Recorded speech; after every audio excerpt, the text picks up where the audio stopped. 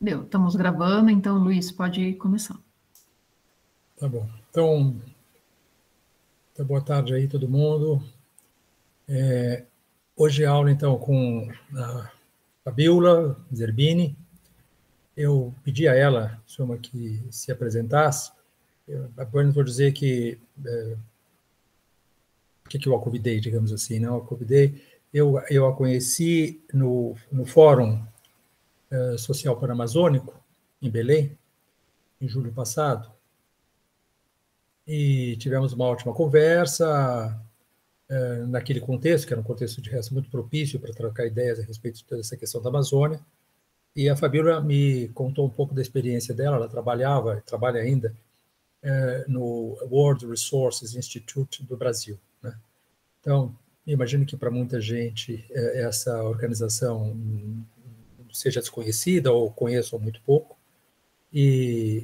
Portanto, eu achei que era interessante ela, ao se apresentar, também já apresentar um pouco o WRI, inclusive para mim, porque eu conheço apenas como um usuário, digamos assim, do WRI, que é uma organização completamente fantástica. Eu vou falar aquilo que eu sei, depois ela vai dizer, não é nada disso, Luiz.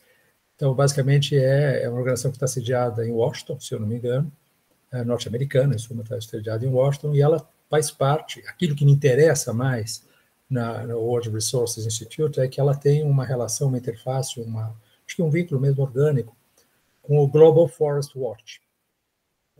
O Global Forest Watch é uma enorme organização que tem uma mensuração de diversos parâmetros, etc., baseados na ideia de perda de cobertura arbórea, que é diferente de desmatamento por corte raso. Ele tem, então, os resultados que o Global Forest Watch tem em relação, por exemplo, ao desmatamento da Amazônia, a evolução da situação da floresta amazônica é muito diferente daquela que o INPE, né, que o PRODES, realiza anualmente, né, entre agosto de um ano e julho do ano sucessivo. Em geral, são índices muito maiores, porque ele leva em consideração incêndios, ele leva em consideração desmatamento, degradação da floresta, extração de madeira em florestas secundárias, e ele também tem um nível de definição muito menor, que é infra-hectare. 30 metros por 30 metros, se minha memória não falhe, enquanto que o INPE, até algum tempo atrás, eu não sei se ainda é assim, era apenas desmatamentos acima de 6,5 hectares. Então, os resultados são muito interessantes e houve até um trabalho bonito que foi feito de comparação entre uma coisa e outra, mostrando o porquê da discrepância, né? Não é uma discrepância de mensuração, uma discrepância de critérios de mensuração. E bem interessante também. Então, agora eu já falei demais, agora passo a palavra para a Fabiola. Já dá vontade de seguir comentando, né, Luiz? Mas vamos lá, vou manter aqui o roteiro. Boa tarde. Muito obrigada, Luiz, pelo convite, pela confiança. Gabriela, é um prazer te conhecer. E todos os demais aqui, né? Enfim, é sempre uma honra, né? Acho que é uma grande responsabilidade a gente poder falar com um grupo grande de pessoas em graduação. Bom demais ver o interesse, né? Imagino, hoje, cada vez mais, né? Esses temas são, de fato, transversais, né? Então, também imagino que devam ter aqui, enfim, muitos saberes, né? Dessa sala. Então, vai ser muito bacana poder não só falar, mas também escutar, né, que eu acho que, de fato, quanto a gente mais conversar sobre esses temas a partir de alguns insumos que eu trago, mas conversar sobre esses temas a partir da realidade de cada um de vocês, né, vai, de fato, dar um passo, né, em como isso pode se internalizar, né, no dia a dia, nas conversas, no fazer, no saber, né, e em tudo que cada um aí, com certeza, como profissional, como pessoa, como cidadão, pode e vai, né, contribuir para esse projeto, que é um projeto global, né? Um projeto de vida, um projeto, enfim, que vamos falar tecnicamente, mas a gente também não pode se esquecer de que a gente está falando no limite, né? De praticamente a condição, né, de existência passa por essas conversas, né? Da humanidade, do planeta Terra, desse grande sistema aí, né? Que, enfim, no qual habitamos e fazemos parte. Bom, então, eu sou Fabiola, sou formada em Direito, e e logo fui para uma especialização em educação ambiental, até interessante, né? Acho que foi a Monique que citou aqui, recente, que teve também essa disciplina, e foi uma especialização que praticamente mudou, né, a minha vida em termos de, inclusive foi a que me trouxe, né, essa temática ambiental, mas sobre um determinado aspecto que eu vou falar aqui, depois eu vou resgatá-lo, porque ele tem, né, como ponto de partida da minha fala, mas como advogada que, né, não tinha uma relação, né, com um aspecto mais da natureza, né, ou as ciências, né, da natureza, mas o meu encontro com a questão ambiental se deu a partir de uma fala que depois veio a se tornar minha orientadora no mestrado e doutorado, aí da Tassara, que era: a crise ambiental é uma crise política da razão. Eu demorei para entender isso, foi praticamente a minha especialização inteira, 1 ano para entender, mas quando eu entendi, né, eu percebi que sim, tinha um papel a fazer, né, dentro desse grande campo, que é como que a gente se olha, né, homens e mulheres, e constrói efetivamente um pacto social, né, onde a relação com a natureza ela se dê de uma forma equilibrada e que, de novo, voltando, né, àquilo que eu falei no início, que inclusive nos garanta como humanidade perpetuando nessa terra, né? Então, trabalhar com a questão ambiental para mim sempre foi um trabalho político, né? Sempre foi um trabalho de colocar gente para pensar, de colocar pessoas para tomar decisões, melhores decisões, né?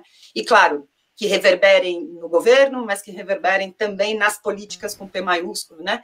E nesses todos os espaços que a gente tem de tomar decisões e agir coletivamente, né? Então, para mim, enfim, o meu encontro, né, como uma advogada dentro dessa área se deu, e desde então, de fato, eu venho trabalhando sob essa ótica, e passei, né, por muitas ONGs, acho que aí é um dos temas, né, Luiz, a gente vai chegar no WRI. WRI é uma ONG, ainda que tenha uma natureza um pouquinho diferente, como foi concebida, mas ela o que a gente entende, né, por uma ONG, e passei por muitas redes, que é um ator também social, que ainda que não seja lá muito compreendido, né, muitas vezes se você fala rede, né, as pessoas podem ter compreensões próprias, mas coalizões, redes, alianças, faz muito parte também, né, fez parte da minha vida e faz muito parte também da história do movimento ambiental no Brasil.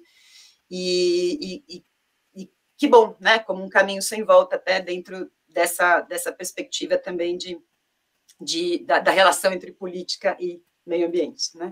Então, passei por várias organizações internacionais, e um terceiro elemento que eu vou abordar é isso: a relação entre as ONGs e as redes, coalizões, né, mas com essa lógica, somos o Brasil, somos um país florestal, né, somos um país, enfim, pode-se dizer aí com todas essas questões ainda associadas, né, à fome e à desigualdade social,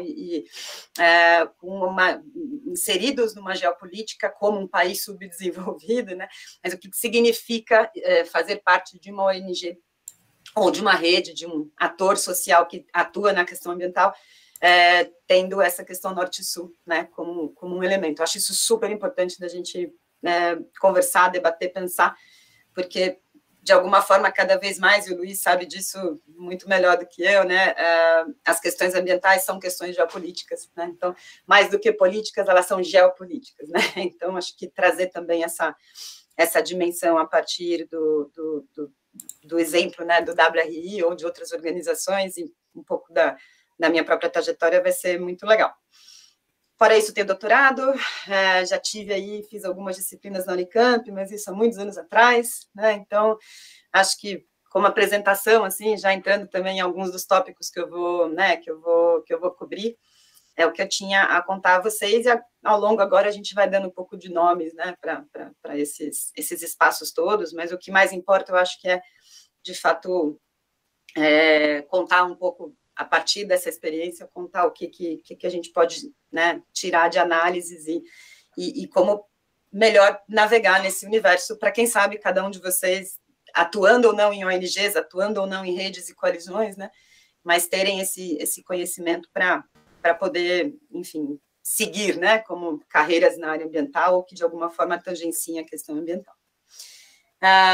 Bom, então, voltando, né, começando um pouquinho, voltando para aquela frase, né, a política com P maiúsculo, ou a crise ambiental como uma crise política da razão, as ONGs, elas acabaram entrando mesmo, tendo um peso, né, de um ator, enfim, muito central, né, eu acho que como nesses arranjos, né, e nessas conversas para tentar movimentar toda uma agenda, né, enfim, diferente, né, para a questão ambiental como um todo. E aí, desde as maiores, né, você pega WRI mesmo, tem lá 40 anos de existência, WWF tem acho que 60 anos de existência, enfim, desde essas grandes, né, maiores, muitas delas que nasceram focadas nessa questão de conservação, enfim, defesa de animais, né, e hoje foram se reconfigurando, mas também as locais, né. Acho que o Brasil viveu, eu lembro de um dado, não vou ter ele aqui, depois eu resgato para vocês, mas o Brasil viveu, por ter sido, né, quem abraçou a Eco 92, ele viveu um boom de ONGs naquele momento, né, que então não só essas grandes internacionais começaram a aterrissar aqui no país, mas também uma série de iniciativas foram se criando, e acho que talvez aqui, né, as pessoas que estão um pouquinho mais velhas, assim, muitas participaram da fundação de várias dessas ONGs, né, e acho que isso foi dando caldo, né, para esse movimento como um todo. Paralelo a isso, no segundo momento, foi esse fenômeno das redes e das coalizões, né? Não sei o quanto que vocês já escutaram falar disso, mas o multi-stakeholder, né? Que é o que a gente fala. Também dentro do movimento ambiental começou a se perceber que a ONG sozinha não faria verão, óbvio, né? E nem ONGs grandes, poderosas, que poderiam atrair muitos recursos ou que poderiam implementar grandes projetos, não poderiam de fato avançar em nenhuma grande conquista, né? Então a gente começa a ter, e aí eu acho que o Fórum Social Mundial, um fenômeno do início do século, o professor Luiz tem ainda, né, muito envolvimento, nos conhecemos num filho do Fórum Social Mundial, né, é o Fórum Panamazônico, mas ele começa lá em 2000, e acho que é dali também que muitas dessas ONGs, né, elas começam a encontrar seus pares, começam a encontrar e se constituir no que a gente chama nesse movimento, né, de redes. E aí é diferente, né, muda o lugar do tabuleiro, né, então enquanto uma ONG como o WRI, você vai lá e tem um grande projeto como esse do Global Forest Watch, né, para monitorar a perda de cobertura florestal e anunciar, etc., uma rede ela já vai tentar organizar como que a gente faz esse dado virar uma política pública de combate ao desmatamento mais interessante, né? Como que a gente pega enfim, esse monitoramento e tenta mudar, né, o que faz chegar naquele dado, né? E aí, só entrando nesse, né, vou abrir um parênteses, depois eu volto. Luiz e todos, assim, ter sido a mensageira dos dados do Global Forest Watch do ano passado, porque os desse ano a gente atrasou um pouquinho o lançamento, vai chegar agora em final de junho. Mas ter sido a mensageira no ano passado foi uma das experiências mais difíceis da minha vida, assim, porque a gente teve Brasil, se eu não me engano, acho que 46% da perda de cobertura florestal do mundo inteiro se deu no Brasil. Então, e aí, claro, dentro dessa lógica, né, que você trouxe, com algumas regras específicas de compreensão, mas ainda assim é um dado, né, assustador, e esse dado numa curva absolutamente ascendente, né, e dos últimos anos, e que ainda não se reverteu, né, já dando um spoiler, eu não podia, mas esse ano não se reverteu, né, a gente já continua ainda, e tudo bem, era de se esperar, né, infelizmente, mas ter sido a mensageira disso foi muito difícil, e porque, de alguma forma, o dado por si, sem que a gente consiga atrelar esse dado, né, bom, e agora? Por que a gente chegou aqui? Como que eu reverto, né, e como que eu transformo as realidades que fizeram chegar até ali e consigo, de fato, implementar um projeto para que esse dado mude, né, no ano que vem. Mas o dado em si, ele, né? Então, acho que, voltando um pouco à lógica, né, de WRI como organização não governamental e uma rede, né, como a Coalizão Brasil, Floresta, Clima, Agricultura, que depois eu posso contar um pouquinho mais, o grande encontro, eu acho, desses atores é esse, né?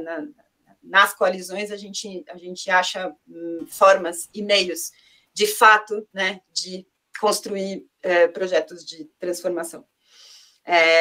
E aí, de novo, volta, né, naquela questão do político, né? São políticas que muitas vezes não estão dentro do governo, mas são, né, espaços políticos onde você consegue, enfim, pactuar, né, novas e melhores formas de se relacionar com um determinado tema, no caso da floresta, da cobertura florestal, de, por exemplo, como valorizar a floresta em pé, né, ou como melhorar os mecanismos de punição, fiscalização, para evitar que mais florestas sejam desmatadas, né.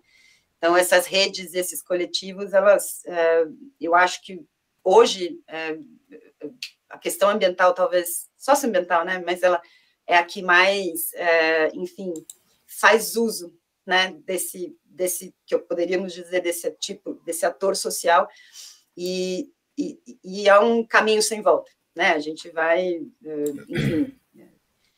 Terceiro elemento que a gente chegaria é que essas redes também, aí mesmo que uma ONG WRI sozinho esteja lá, né, fazendo seus monitoramentos, e em rede atuando para mudar, enfim, projetos, políticas públicas, etc., né, que de alguma forma melhorem esses números, né, ou revertam esse quadro. Você tem também um fenômeno hoje que é um caminho sem volta, e que bom, que é o tal, não dá para estar, né, só como um setor, né, então governo, sociedade civil e setor privado, de alguma forma hoje também tem um grande papel, e isso não é trivial, né? Isso não é nada simples, né? Setor financeiro, inclusive.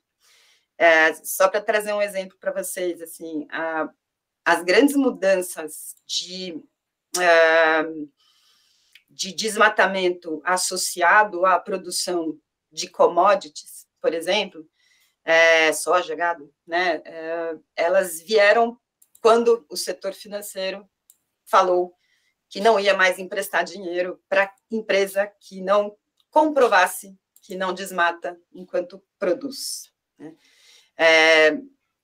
Concordo com isso? Não, eu preferia que o processo viesse de um pacto social, de maior, né, compreensão de uso da terra, né, de que sim, temos mais a fazer com essa terra do que plantar soja, mas acaba que essa aliança, né, entre setor financeiro, privado, governo e sociedade civil, que a gente chama que são as ONGs, ele também é um fenômeno, é o terceiro elemento que eu queria trazer, e que, de alguma forma, vem também, com as suas dificuldades, vem fazendo avançar essa agenda, mas também colocando as dificuldades que a gente tem, né, enfim, o quanto essa tensão, né, entre o setor privado e as discussões, né, da ordem ambiental e social, elas, enfim, representam e ainda repercutem, né. E aí, num quarto elemento que eu acho que faz sentido desse olhar, dessa análise, entra na questão norte e sul. E aí eu vou chegar na geopolítica, né? O Brasil é um país, assim, eu acho que é o principal país na agenda ambiental, historicamente, inclusive, né? Principal, uma fala muito, muito dura, né? Quer dizer, muito, mas é um dos principais países, e eu sempre fui brasileira, defendendo o Brasil nas redes globais e vice-versa, né? Nas discussões globais e trazendo as discussões globais. E sendo muito honesta, eu sempre tive muito, tive muito orgulho de ser brasileira nessas discussões, porque o Brasil, de fato, tem uma condição enfim, de capital, tanto humano, quanto político, né, quanto tecnológico, quanto de conhecimento, inclusive leis, né, que são, na área ambiental, são muito, muito avançados, né? O que a gente não consegue, muitas vezes, é implementar isso, que muitas vezes não, o que definitivamente não conseguimos é implementar, mas se tivesse vontade política, se tivesse investimento, né, que vem também como resultado da vontade política, se tivesse todo esse conjunto da sociedade, empresas, setor financeiro, ONGs, cidadãos, etc., bancando, né, a gente saberia o que fazer. Definitivamente a gente saberia o que fazer, em todos os campos, né, em gestão de poluição, né, das cidades, em restauração florestal, em combate ao desmatamento, em promoção do que a gente chama da economia da floresta em pé, em reciclagem, gestão de recursos hídricos, todos os grandes temas, né, ambientais que a gente tem aí. O Brasil tem uma condição, de fato, um conhecimento incrível e muito avançado. Mas, pelo seu, né, também lugar, muitas vezes, nessa lógica da geopolítica, ele não está. E acho que aí é onde eu entro com uma crítica, inclusive, ao próprio WRI, que é uma organização, né, baseada em Washington, mas que tem um escritório aqui no Brasil. Ainda que tenhamos todo esse capital, o quanto que a gente, de fato, consegue ser protagonista e líder, né, nessas discussões, nessas grandes discussões do pacto, né, social do mundo, né, e definitivamente não somos, né, muitas vezes a gente acaba até, e não só no último governo, tá, gente, que foi um desastre do ponto de vista de diplomacia, né, de diplomacia ambiental, como a gente fala, ou climática, né, mas também, historicamente, né, por mais que a gente tenha esse peso todo de baixo para cima, a gente ainda tem, e porque cada vez mais as questões ambientais, elas são pautadas por questões econômicas, né, que muitas vezes não estão explícitas. Então, vou dar um exemplo, a gente, e por favor, Luiz, se você discordar de mim ou qualquer um, né, mas isso é uma análise. Lá para 2015, a comunidade global começou a mudar o discurso da questão climática, tirar o foco só de discutir mudança de matriz energética, né? Então, parar de usar o petróleo, porque com o petróleo a gente não vai conseguir, de fato, conter o aquecimento global, e começou toda uma discussão de como que a gente traz o combate ao desmatamento para essa agenda, e ao combater o desmatamento, assim, é como se a equação, né, então, eu continuo usando combustível fóssil, mas se eu conter o desmatamento, eu consigo minimamente balancear, né? E conter o desmatamento, muitas vezes, são os nossos países de base florestal. Quem decidiu isso, né? Qual o protagonismo do Brasil para discutir e para decidir esse tipo de coisa enfim, numa grande conferência ou numa grande conversa, né? Não desmatar sem que a gente dê condição econômica para a floresta em pé pode ser um grande problema, né? Para as pessoas dos nossos países, para a segurança alimentar das pessoas que moram aqui, né? Para a gente como cidadãos, né? Então, só chegando que uma ONG, ainda que WRI, né, com todo esse peso, a gente hoje sente que fazer parte de um WRI Brasil, né, ele é extremamente importante e necessário, né, a gente o tempo todo está afirmando e defendendo, né, uma lógica brasileira que reflita, né, enfim, as nossas demandas, urgências, né, e não se colocando só a serviço desse projeto global, que muitas vezes está pautado por interesses que não são tão, enfim, travestidos de interesses, né, que chegam na agenda ambiental, eles, na verdade, são interesses econômicos e interesses de relações de poder aí muito, muito complexos, né. Então, acho que esse era um pouquinho, né, dos 4 pontos que eu acho que são importantes para trazer enfim, né, do olhar das ONGs, né, que ainda que central. Sem elas, a gente não teria tudo que a gente avançou no movimento ambiental brasileiro, mas sozinhas não existem, estão cada vez mais organizadas, então a gente não fala mais só tanto em ONG, mas fala mais nesse ator social, rede, né, coalizão. Essas coalizões não são só mais também de um tipo de setor só, elas têm que ser multissetores, né, a gente tem que trazer essa tal interdisciplinariedade para dentro, né, das decisões coletivas e avanços aí sobre a questão ambiental, incluindo o governo, claro. E, por fim, quanto mais a gente conseguir fortalecer uma visão que nasça da realidade dos países, né, para discutir esses temas globais, né, melhor. E isso vai, inclusive, para a gente, né, o WRI, Luiz e todos, até então não tinha nenhuma pessoa contratada da Amazônia. E a gente fala de Amazônia o tempo todo, né? Então, também a gente começa agora um movimento que eu acho que é muito, muito bacana e encontra, né? Imagino que para o pessoal mais jovem aqui isso encontra eco em outros, né? Que, como a Djamila traz o lugar de fala, né?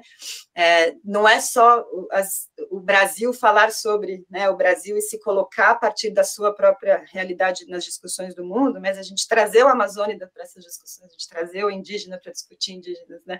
Movimentos indígenas, a gente trazer não só a Amazônia, pessoas da Caatinga, pessoas do Pantanal, enfim, de onde está se discutindo, a gente tem um pouco desse de baixo para cima, né, que a gente chama, em inglês tem bottom-up, enfim, mas a gente trazer essa perspectiva. Eu acho isso hoje, assim, fundamental, sabe, da gente entender, assumir aonde a gente, de alguma forma, não consegue, né, alcançar, mas ter a escuta, ter a participação, e aí voltando, que esses pactos sociais, eles se estabeleçam com grupos que são emancipados, né? Ou seja, conseguem pensar por si, conseguem se colocar e tomar decisões, e só assim eu acho que a gente vai continuar ainda aproveitando dessas ONGs, que por mais que elas tenham, né, um baita papel, elas não, a gente precisa garantir que elas tenham essa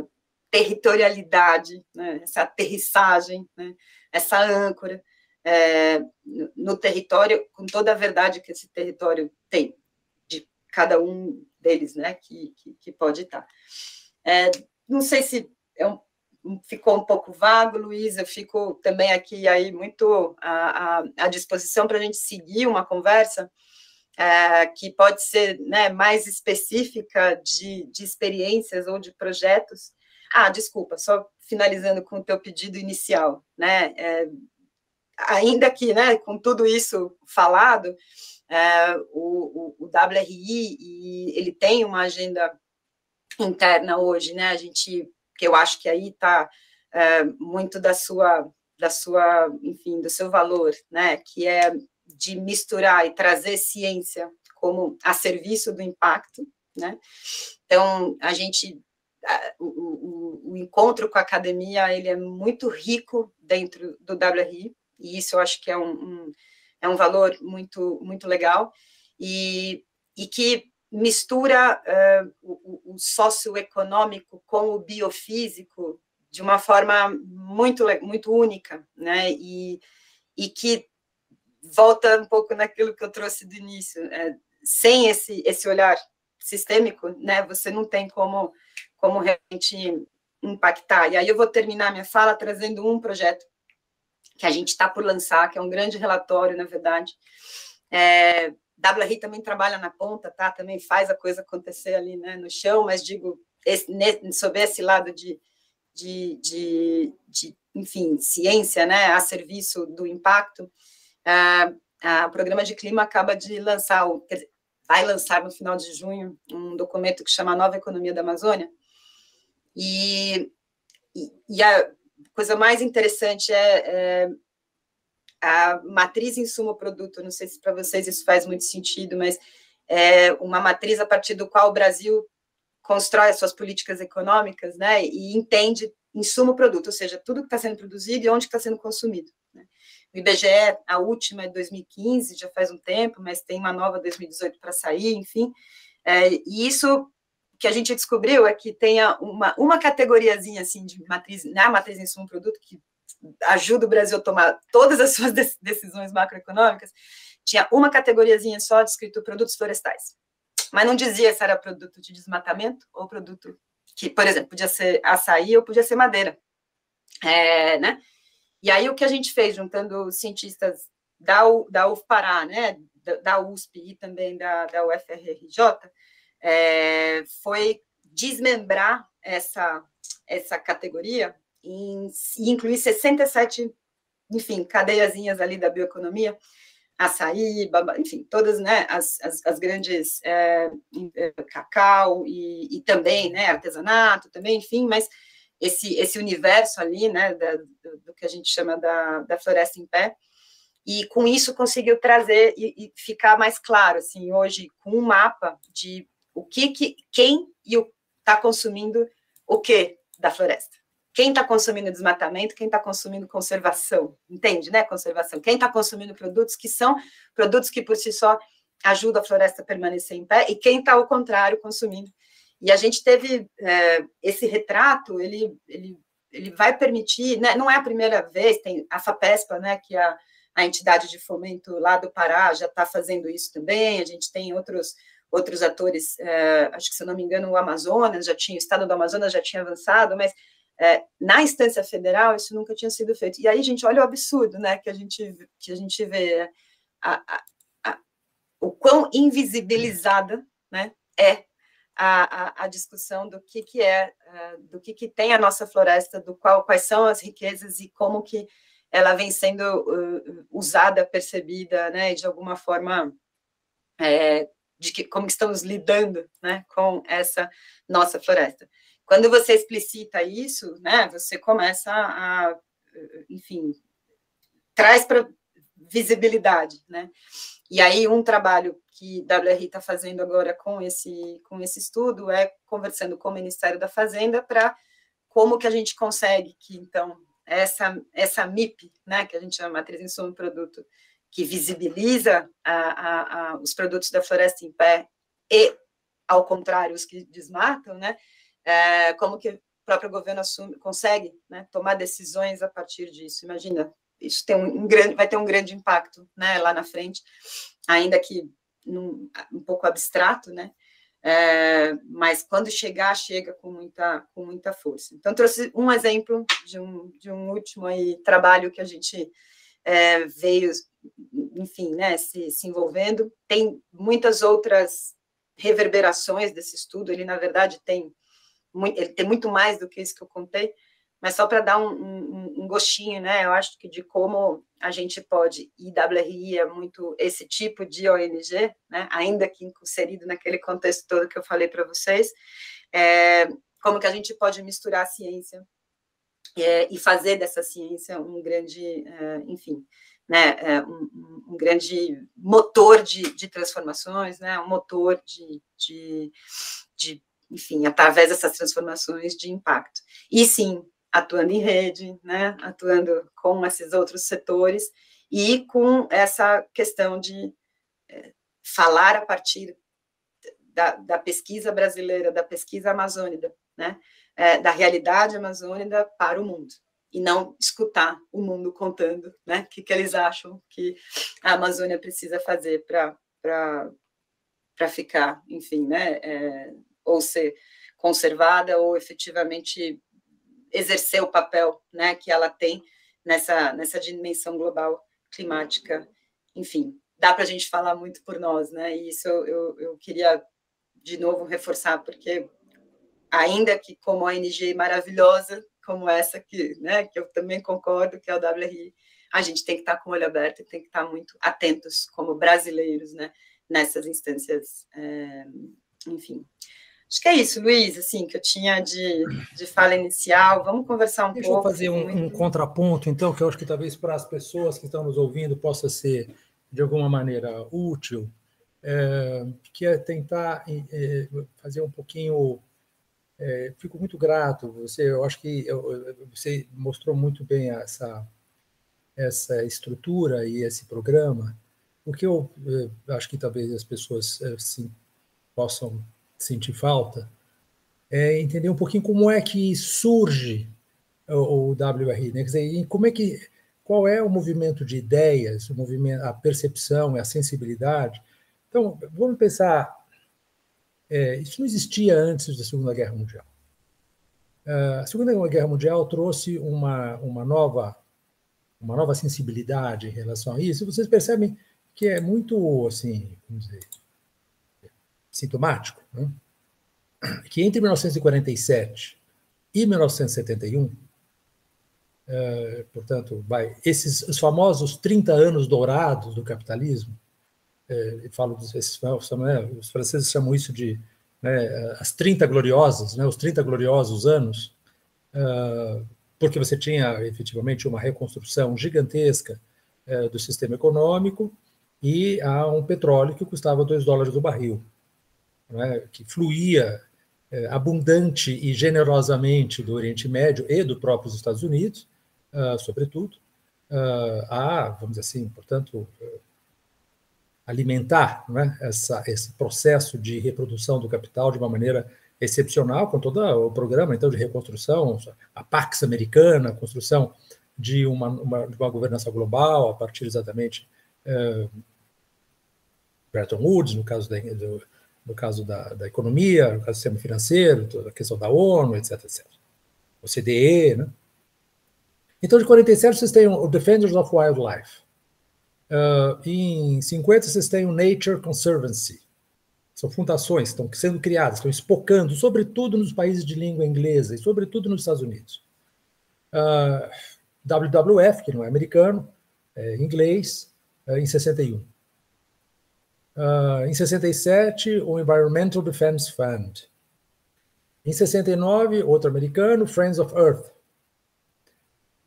Em 69, o International Fund for Animal Welfare, IFAW.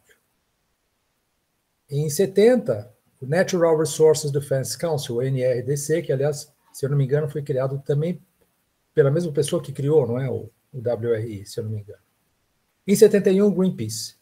E, exatamente, em 10 anos depois, né, em 82, surge o WRI, né, nos Estados Unidos, e ele se expande muito fortemente. O que acho que seria interessante a gente pensar um pouquinho, talvez, Fabíola, um pouco como essas organizações respondem a certas formas, a certas demandas, não é? E como é que o WRI se insere aqui. A minha impressão, não sei se você vai estar de acordo com isso, é que o Greenpeace aparece como uma categoria completamente nova em relação a essas... Perdão, o Greenpeace e o Defenders of Wildlife, de 47, de 71, porque são organizações que estão muito mais voltadas para uma atuação, que a gente chamaria de ação direta, sobretudo o Greenpeace, né? Aquilo que nós chamamos de ação direta. Enquanto que as outras organizações são, sobretudo, aquilo que a gente chama em inglês de advocacy, não? Ou a gente pode chamar de lobby do bem, né? Você tem o lobby do mal, que os caras estão ali no lobby do Congresso dos Estados Unidos, advogando pelos interesses das corporações, e você tem o lobby do bem, e isso essa expressão me foi dita por um dos dirigentes do WWF, um pouco auto-ironicamente, mas acho que refletia bastante bem essa ideia. Ou seja, estão fazendo advocacy, estão fazendo exatamente pressão, estão fazendo lobby, né?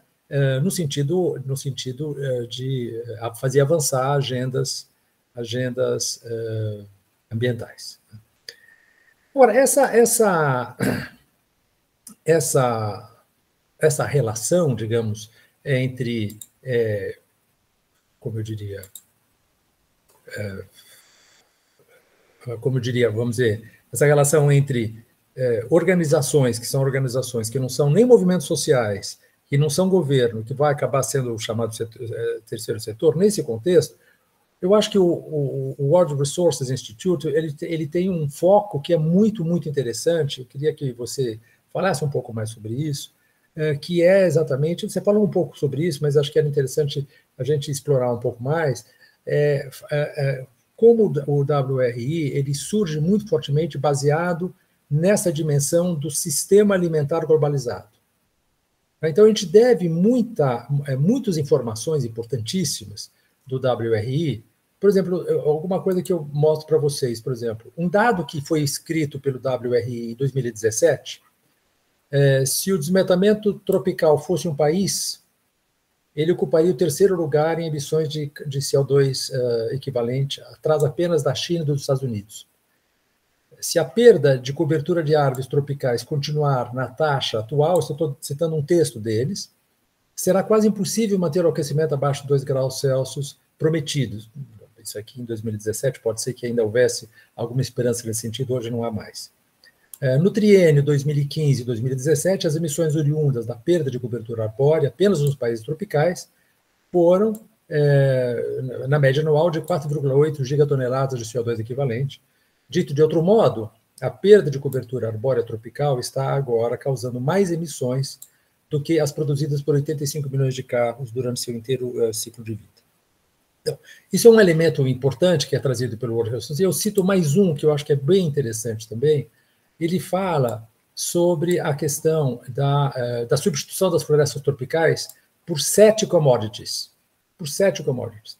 Gado bovino, óleo de palma, soja, cacau, plantações de seringueiras, café e plantações de celulose. E ele mostra o quê? Que apenas a commodity gado bovino é responsável por mais do que a soma das outras 6. Ou seja, houve ela é responsável por um desmatamento global, né, não apenas no Brasil, entre 2001 e 2015, de 45 milhões de hectares.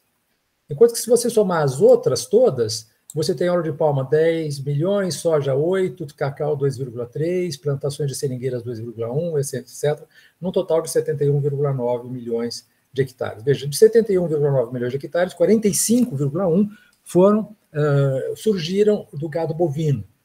E eu acho que isso talvez que me parece hoje, vamos dizer assim, ser extremamente uma contribuição muito grande do WRI, porque ele trouxe essa dimensão, que não foi ele que trouxe, mas ele explorou muito fortemente essa dimensão nova de como, se você atacar o problema do sistema alimentar, e o desmatamento é um item da questão do sistema alimentar globalizado, você consegue, de alguma maneira, impactos de mitigação enormes.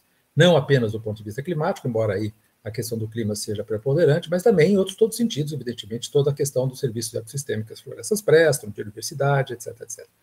Então, eu acho que isso talvez seja uma coisa importante que as pessoas tenham também presente. E um último elemento que eu queria trazer, Fabiola, como que isso está, como que o WRI, digamos, claro que o WRI é uma instituição americana, né? Ele é enorme, global, tá? Estava vendo aqui no Wikipedia dele, um pouquinho antes de começarmos, está presente em todos os continentes, tem na China, tem na Índia, verdadeiros, né? O Brasil é um deles, na Europa, assim por diante, e tem não sei quantos, 400 escritórios ou associações. É uma mega organização. E ela, claramente, eu imagino, e isso talvez seja interessante você contar para a gente, eu imagino que ela suscite uma certa desconfiança de parte de movimentos sociais brasileiros, por razões óbvias, né? Ela, no fundo, ela faz parte de um movimento que a presença norte-americana no mundo, sobretudo desde a Segunda Guerra Mundial, com tudo aquilo que nós sabemos, tudo aquilo que suscitou tanta hostilidade, desconfiança, etc, etc. E, de repente, aquilo que você estava falando muito fortemente, né, que o WRI não vem aqui, não pode se apresentar como uma instituição que vem aqui ditar o que fazer, né? Mas como essa interação, no fundo, quais são os problemas que isso está suscitando, quais são as dificuldades, como é que vocês têm lidado com essas questões? E uma última ainda, outra coisa, quer dizer, como é que pessoas no Brasil, os nossos estudantes aqui, por exemplo, podem, de alguma maneira, interagir com isso? Quer dizer, existe uma interação que eu faço, eu sou fã de carteirinha do WRI por causa do Global Forest Watch, eu vivo pendurado nos dados do Global Forest Watch, que me parece extremamente importante. Mas um elemento, por exemplo, que eu acho que talvez as pessoas que estejam nos assistindo aqui, como é que elas podem atuar também, né? Se existem aberturas do WRI ou de outras instituições que possam, de alguma maneira, canalizar essa demanda de atuação socioambiental, política socioambiental, etc. Onde eu acho que talvez o WRI seja o ponto mais fraco do WRI, em comparação, por exemplo, com o Greenpeace. Se você quiser ser Greenpeace, você tem menos de 60 anos, assim, você não tem mais condição de subir em árvore, e etc, etc. Mas isso, tem muita coisa que dá para fazer mesmo nesse sentido. O WRI é uma organização de demanda de militância. O Greenpeace, quero dizer. O WRI não, o WRI talvez não, né? Mas em que sentido ele poderia, de alguma maneira, aumentar a sua penetração, a sua capilaridade na universidade, mas não só na universidade, na questão também de uma juventude que quer trabalhar, que quer encontrar formas de agir. Né? Acho que eu já falei 50 mil coisas para você, mas vamos ver se... Estou vendo aqui como que eu articulo, mas acho que são elementos todos super importantes, Luiz, e eu acho que talvez o movimento ambiental, ele, na minha visão, ele nunca foi um movimento revolucionário, né? ou um movimento que tivesse, né, raízes da esquerda, vamos dizer assim. Da esquerda, eu trago ali, né, dentro da ótica do emancipatório, mas, enfim, né, que movimento mesmo que nasce da academia. Então, assim, Estocolmo, 72, e todo aquele, né, nasce muito, muito fortemente vinculado o WRI, eu acho que ele se coloca bem aí entre décadas, né, entre 82, enfim, entre 72 e 92, exatamente nesse contexto, mas, a priori, exceto, né, mais recentemente, onde começa, a partir dos desastres naturais, começa, mesmo os Greenpeaces da vida, eu brinco que eu classifico assim, eles estão os mais progressistas dentre os reformistas, sabe? Mas eu não consigo enxergar. E há quem diga, né, que 92, a Eco 92, quando vem com o termo desenvolvimento sustentável, é exatamente o momento onde se coopta qualquer possibilidade revolucionária do movimento ambientalista, né? Porque dali em diante desenvolvimento sustentável não tem palavra mais reformista do que essa, né? Assim, você vai continuar desenvolvendo, né, sob uma ótica capitalista, com todas as premissas que a gente... mas trazendo elementos de sustentabilidade. Então, ao invés de eu mudar vamos dizer, a forma de explorar minério, né, através da siderurgia, eu vou criar todo um monte de filtro de ar e certificação ISO, né, e padrões de qualidade, e criar toda uma infraestrutura para poder continuar explorando o aço daquela forma, e tudo bem, né, a gente precisa disso, né, de alguma forma, mas por que eu tô trazendo isso? É que eu acho que dentro desse tabuleiro, mesmo que sejam as ONGs, e aí, quando a gente fala ONGs, eu falo assim, essas maiores, né? Mesmo que estejam aqui no Brasil, de alguma forma, esse tensionamento com o movimento social, esse tensionamento com um pouco até da inteligência, né, nacional, ele vai existir, e acho que ele é saudável, sabe? Porque o tabuleiro, as ONGs sozinhas nesse tabuleiro, elas não vão mudar. Muitas vezes por mudar, digo, a estrutura que gera, né, todo esse desequilíbrio, a estrutura que gera esse resultado em termos de um mundo aquecendo, né, floresta sendo desmatada, e a gente dando prioridade, muitas vezes, para o uso da terra que privilegia a soja e o gado, ao invés, né, da riqueza em si, que é a floresta, né, e que pode ser riqueza em todos os aspectos, inclusive econômicos. Então, eu acho que o movimento social, os movimentos de base, eles internalizarem a questão ambiental é muito importante, porque aí sim você consegue, talvez, trazer um pouco, né, de viés revolucionário para essa agenda, né, e ter, enfim, os próprios movimentos sociais sendo motor de denúncia e de mudança das estruturas, né? Acho que você lembra do pavilhão da água no Fórum Social Mundial, né? Toda a discussão era, né, como que a gente consegue, de fato, acabar com essa lógica de água, né, como um bem que pode ser privatizado, né? Essa é uma discussão seríssima, né, que até hoje, e aí, muitas vezes, uma ONG, inclusive, não WRI, porque a gente não trabalha, mas está lá junto com a Coca-Cola, discutindo um projeto de como melhorar o sistema hídrico de uma determinada região onde a Coca-Cola está implementada ou de onde... Eu estou sendo um pouco crítica aqui, mas eu acho que é importante, porque eu acho que a gente tem... Saber também, né, o teu lugar no tabuleiro é muito legal para o jovem, para o mais velho, para depois dos 60, né? E olhar esse lugar do tabuleiro também de uma forma que ele não se esgota, né, só dentro daquele tipo de ator, né? Então, mesmo o Greenpeace, para dizer, eu acho que o Greenpeace, na mesma linha, né, tá dentro desse tabuleiro, que é uma lógica ainda que mais progressista, ainda, né, numa lógica mais reformista. O que não tira o tremendo papel, né, desse tipo de ator e desse tipo de lugar do tabuleiro, né? Que bom que existam os movimentos sociais, movimentos ambientais mais de base para complementar, mas esse lugar do tabuleiro, ele é muito central. E aí, por exatamente o que você está trazendo, Luiz. O poder de... quando o WRI lança um estudo que traz um dado como esse, né, em relação, por exemplo, ao impacto da produção de gado no desmatamento e, em consequência, na mudança climática global. O poder de influência que o WRI tem por estar nesse locus do tabuleiro é muito grande, né? E uma forma que você usa e que empresas usam e que governos usam e tomadores de decisão usam é exatamente indo atrás dos relatórios do WRI e para se informar, né? E tomar decisões a partir desses dados. Então, estar num lugar de poder também dentro do jogo, né, é importante para você poder de alguma forma impactar mais. Claro, tomara, né, que a gente tenha tempo de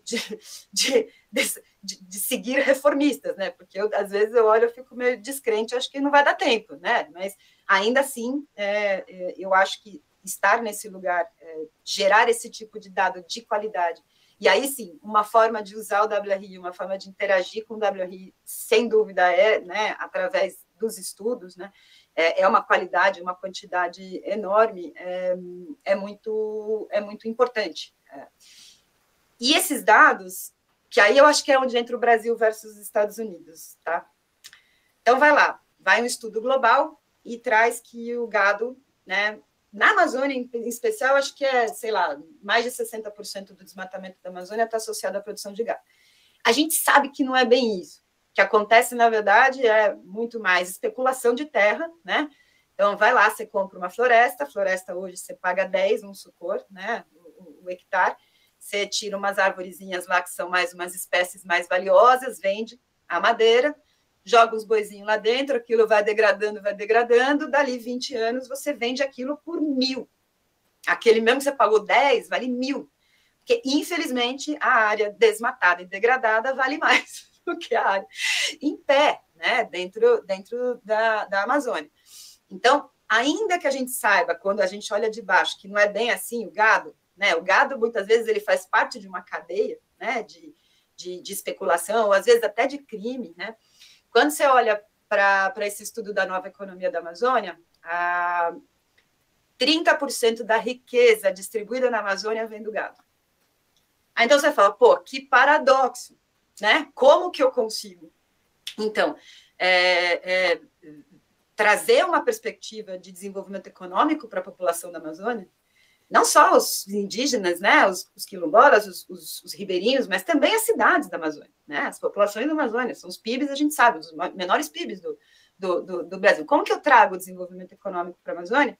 Ainda assim, mudando essa equação que que a Amazônia acaba prestando, o papel que a Amazônia tem na equação global climática. O que eu privilegio? Né? Essa mudança não pode ser rápida, ela não vai ser rápida, né? De jeito nenhum, ela vai precisar... E aí eu acho que é onde entra... Quem faz isso foi o WRI Brasil. E quem faz isso melhor ainda foram os pesquisadores do Pará, os pesquisadores de alguns outros estados da Amazônia.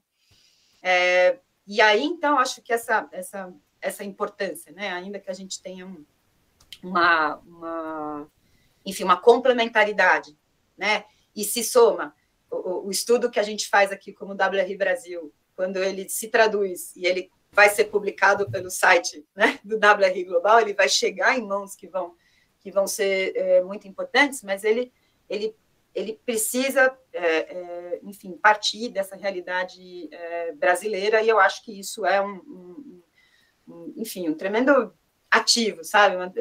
E volto a dizer, né? Dá o maior prazer ser brasileira nessas discussões, assim, porque realmente a gente tem como, enfim, tem lugar de fala, né? Como um país que tem aí toda essa riqueza e, ao mesmo tempo, essas dificuldades para lidar. Entrando como que os estudantes podem, né, e se inserir. Eu acho que, primeiro, a gente estava pensando, até pode ser um desafio aqui a gente pensar junto, escutar, né, se teria... Mas a gente estava pensando muito em criar, Luiz, uma espécie de somos uma entidade, assim, na equipe que eu lidero, que eu nem falei, né, Diretoria de Florestas, Uso da Terra, Agricultura, somos em 17 pessoas. 13 pessoas são acadêmicos, né, ou venda, né, enfim, tem alguma pezinha ainda na academia, ou tem claro, que eu não entendi bem. Peraí, das 17 pessoas, 13... são acadêmicos, são pessoas que lidam com a ciência, né, que são, enfim... São pessoas que lidam com a academia. E a gente pensou que bacana que seria... Eu, por exemplo, a estrutura de florestas, tem uma área que chama Gestão do Conhecimento, que aí é onde está a equipe de GEO, que é a galera do Brasil que tenta fazer todas essas leituras, não para o Global Forest Watch, mas para outros dados, né?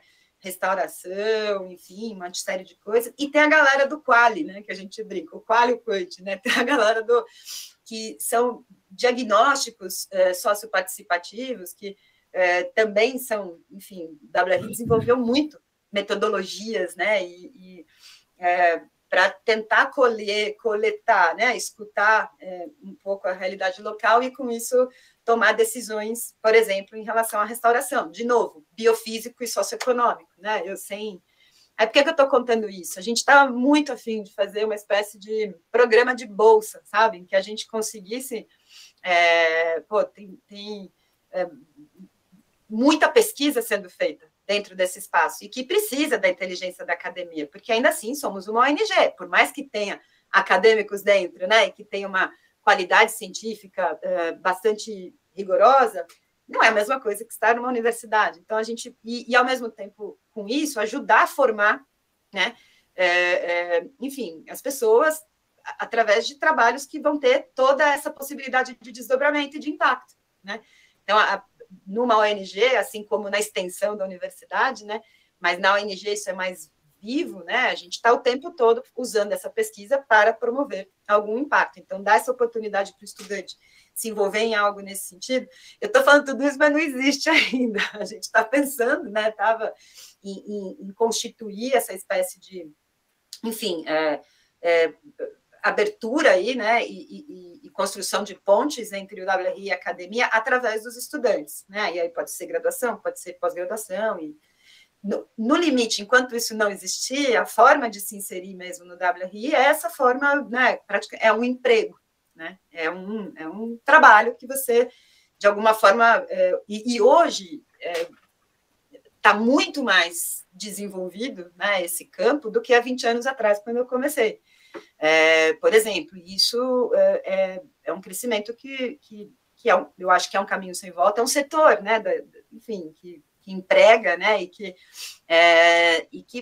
que vai cada vez mais empregar, mas eu vou contar uma anedota aqui, que não é uma anedota, é uma verdade, mas eu acho que para você ver como ainda tem, né, um desconhecimento, né, do universo da ONG, e tem às vezes até intencional, mas quando ainda tem, né, um desconhecimento que eu imagino que a juventude agora vem e vai quebrar, né?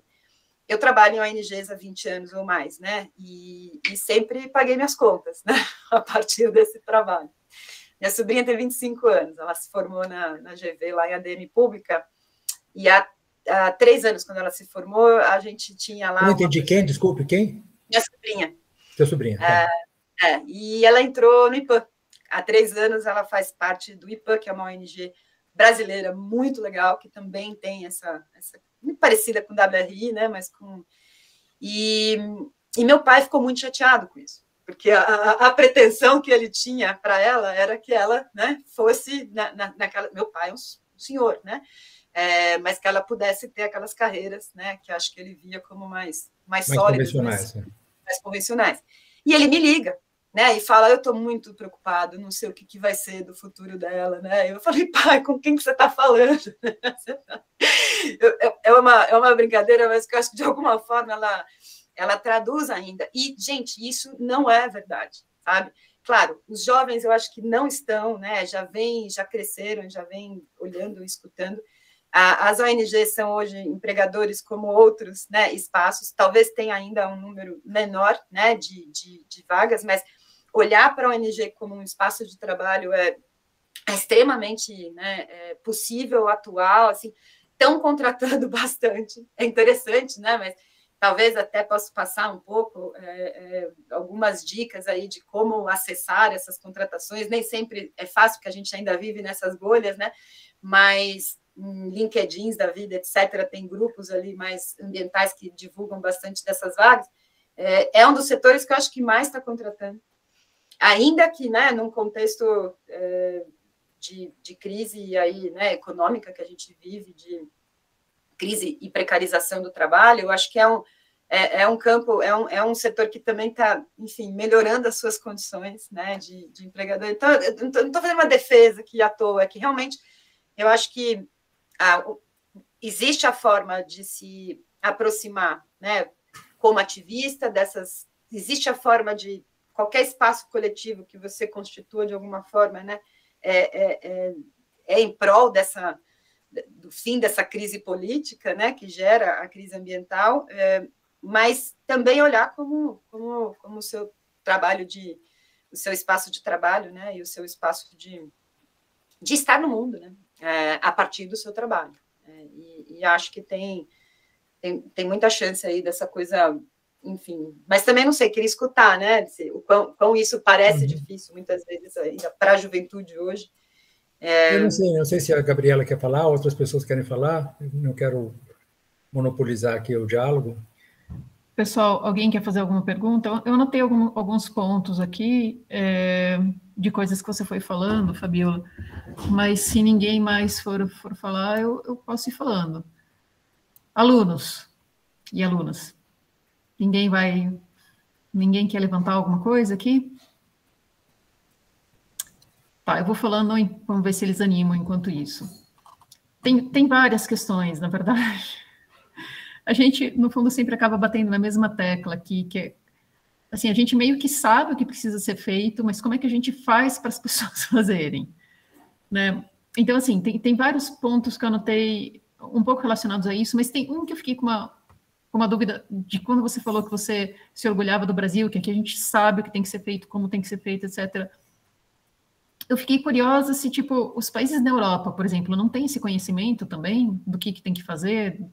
Ou você disse isso em relação a talvez outros países da América Latina, ou outros países que não são, digamos, do primeiro mundo?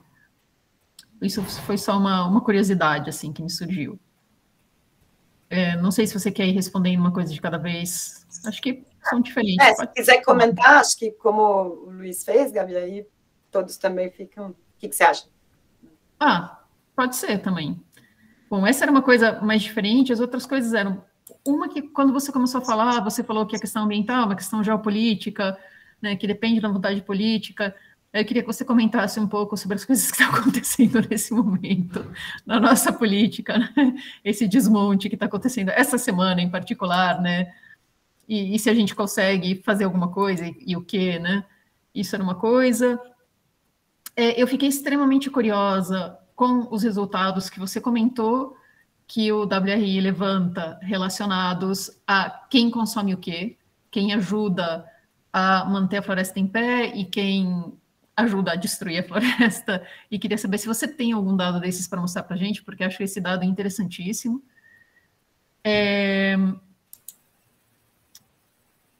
E as outras coisas são meio que vão nessa direção um pouco. Você falou, né, que seria importante fazer com que os movimentos sociais internalizassem a questão ambiental. A gente discutiu isso um pouco na aula passada. Eu acho por conta de uma fala que o José Correia fez. Acho que eu perguntei um pouco isso, alguma coisa relacionada a isso para ele, né? Como é que a gente faz isso? E a outra coisa que você estava falando, esse negócio de que 30% da riqueza distribuída na Amazônia vem do gado e que você vai ter que oferecer algum tipo de alternativa.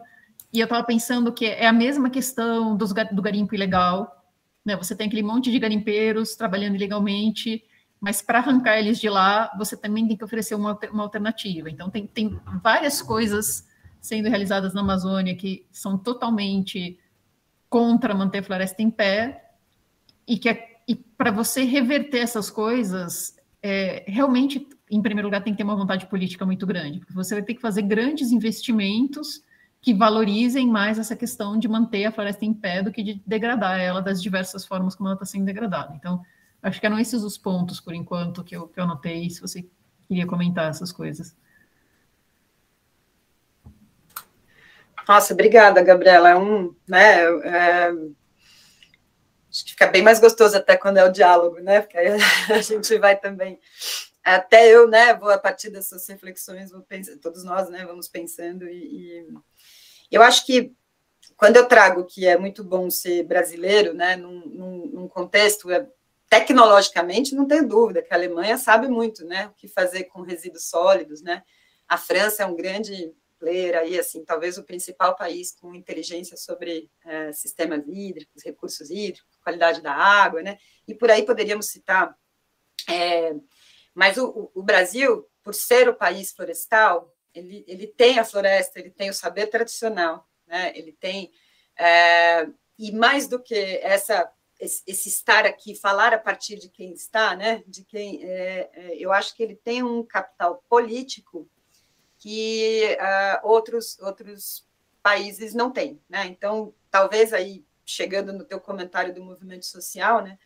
Se tem um país ou uma região que vai, de fato, avançar, né, enfim, um movimento social mais revolucionário, né, mais emancipatório, né, trazendo as questões ambientais, eu não vejo como não ser América Latina, ou como não ser, né, aqui, diria o Brasil, mas aí não é só o Brasil, é a América Latina, né, acho que, então, talvez seja nesse sentido, assim, que... junto do capital tecnológico, porque, assim, sabemos também muito, né, vamos dizer, há 20 anos atrás, eu lembro de construir planos enfim, até esqueci o nome, mas que são sistemas municipais de gestão de resíduos sólidos. De lá para cá evoluiu-se muito, mas a gente sabe exatamente o que fazer com cada tipo de resíduo. A gente tem como trabalhar, assim, do ponto de vista logístico, como essa distribuição se daria, né? Só que o que acontece não tem viabilidade econômica para esse projeto, né? Então, mas eu sei o que fazer, eu sei como coletar e reciclar cada tipo de material, ou pelo menos planejar e pensar um material que não precise, né? Eu teria como fazer a reduzir desperdício, mas também ao ter o orgânico, o que fazer com esse resíduo do ponto de vista tecnológico, mas a conta não fecha, né? Ela não fecha. E, infelizmente, ainda, eu acho que voltando para a questão, né, do que, como que a gente pode sair do plano e ir para a ação, né, passa por uma revisão, de fato, né, enfim, do próprio capitalismo, da própria forma como a economia ela é pensada e vivida, né? A gente tem... E daí, de novo, né, voltando, dá para o movimento ambientalista não ser revolucionário, né? A priori, não, né? Só que até que a gente consiga, né, porque isso não é simples, né, eu acho que trazer aí as reformas, né, botar lá os filtros de ar, né, de alguma forma, é fundamental, porque senão, né, e aí, voltando, se tem também um continente que vai poder ser revolucionário, né, dentro dessa, eu acho também que é a América Latina, né, acho que a gente tem aqui uma condição, ainda que a gente esteja muito, desculpa, distantes, né, disso, né. E uma prova disso é o que está acontecendo essa semana, gente. Eu contei para o Luiz e eu estou indo para o Ministério do Meio Ambiente, né? Estou falando aqui do WRI, né? Com o maior orgulho, de fato, é até mas é praticamente, eu estou nas minhas 2 últimas semanas no WRI, vou para o governo, vou sentar de um outro lado da mesa, né? Mas já estou lá de alguma forma interagindo, então escutando e sentindo.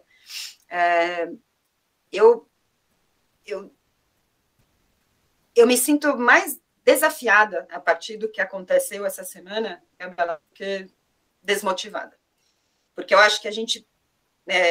quem achava que a coisa estava ganha, ou que a disputa não vai ser muito longa, está sendo inocente, sabe? Está olhando, né, sob uma ótica... historicamente, né, a gente teve um Ministério do Meio Ambiente, um orçamento, por consequência, um poder político muito marginal, muito periférico. E isso mesmo antes do Bolsonaro, antes do Temer, antes, né, os mandatos do Lula, da Dilma. A Dilma, reconhecida como desenvolvimentista, quantas vezes a gente não escutou essa palavra, né? E, de fato, né, o que era o PPA, né, PPA, meu Deus, o plano de como era? Aqueles grandes, né, obras e projetos aí de desenvolvimento da Amazônia, né? Enfim, então o que eu sinto é que a gente está num momento, né, muito complexo da nossa política, vocês sabem, né? A questão ambiental, ela entrou como eu acho que nunca, de fato, esteve, né? Porque ela se torna um centro dos fluxos econômicos, né, de trocas comerciais e de investimentos globais, né? Então, o Brasil, ao ser um páreo ambiental, ele perde investimento, ele perde, né, assim, economicamente falando, né? Então, o governo atual, o mandato atual do Lula percebe rapidamente isso, né? Uma forma de ter protagonismo global é a partir da questão ambiental, né? E eu não tenho dúvida que se o Brasil é o país do futuro é porque ele tem as suas florestas, né? Assim, isso eu não tenho dúvida, mas tem que saber usar e tem que reconhecer isso como ativo. Mas dizer que a nossa sociedade realmente internalizou isso, reconhece isso, né, que é como ativo, eu acho que é um pouco inocente. E, infelizmente, isso reverbera nos nossos políticos, né? Então, não era segredo para ninguém que, em algum momento, na barganha, a questão ambiental não seria prioritária, né? Não era segredo para ninguém que esse Congresso é extremamente reacionário, né? Eu não estou nem falando de PT, estou falando de Congresso como um todo, né? E é um Congresso que, enfim, elege pessoas que nominalmente são contrárias à questão ambiental, né? Ricardo Salles e outros lá, e que estão hoje, né, liderando, enfim, CPIs de MST, né? Assim, é um absurdo, né, o negócio, você permitir Mas, enfim, não era surpresa também. E aí, o que talvez seja novo, e que eu estou muito curiosa para ver os próximos passos, porque, de alguma forma, tanto a Lei da Mata Atlântica, que foi votada pelo Congresso, e que né, ela é muito... Quanto à lei que... Desculpa, né, Gabriela, não sei nem se todos estão a par do que a gente está falando, né? Mas quanto à lei que reorganiza algumas instâncias, algumas estruturas ambientais, né? Tirando do Ministério do Meio Ambiente e jogando para outros ministérios, elas ainda vão poder ser vetadas, né? Elas ainda vão poder, de alguma forma, ser... E o que eu acho que talvez... E eu estou muito curiosa e acredito... Vou para o Ministério com esse histórico, né? Esse histórico de movimento, né? De ONG, de redes, etc. É o quê? Assim, a gente se mobilizou muito rapidamente, então tem mais de muitos manifestos. assinados, né, por não só a sociedade civil, a ONG, etc., movimentos sociais, mas também empresas, né? E o movimento indígena se mobilizou muito, porque imagina, né, o que aconteceu em relação ao Ministério dos Povos Originários. Essa pressão social, eu acredito, aí não sei se eu que estou sendo inocente, isso é que mudou. Esperar que a gente tivesse mudado do meio ambiente, deixar de ser uma questão periférica, eu acho que estruturalmente, entende? E estruturalmente ainda não. Isso vai demorar para acontecer. Mas a pressão social, da forma como foi e como rapidamente aconteceu, mesmo na gestão passada, gente, com aquele congresso extremamente, né, reacionário e adverso, né, a todas essas lutas aí das minorias e também a questão ambiental, a gente conseguiu bloquear muitos retrocessos, né, com advocacy do bem, né, o lobby do bem, mas com uma ação de persistência, de pressão social. De pressão social. Então, talvez uma outra forma, Luiz, Gabriela e todos, né, de interagir com a questão ambiental seja também essa, né? Muitos desses espaços, esses coletivos, eles também, né, são abertos, né, a adesões, né? Assim, então, acho que talvez a gente poder estar junto desses movimentos, né, de enfim, campanhas, movimentos de pressão social. Então, se a gente... O que podemos fazer, eu acho que, como governo, seguir na luta de transformar isso de dentro, né? Mas, como sociedade civil, continuar pressionando, né? E quando essa coisa chega no momento como chegou, que é tão crítico, tão explícito, né? Botar a boca no trombone. A comunidade internacional fez igual, né? A gente lida muito com esses atores internacionais, né? A comunidade internacional. Hoje, o que eu fiquei respondendo de mensagem ali o dia inteiro, né? E, ao mesmo tempo, a gente lendo os textos e participando da construção desses manifestos, né? Então, eu acho que isso enfim, pode ter resultado. Né? E, por fim, acho que os dados, né, sobre consumo, desmatamento e conservação, a gente lança a nova economia da Amazônia 20 de junho, vai ser até em Belém. E aí a gente só pode divulgar os dados depois de lançado. Então, o que eu posso fazer, Luiz,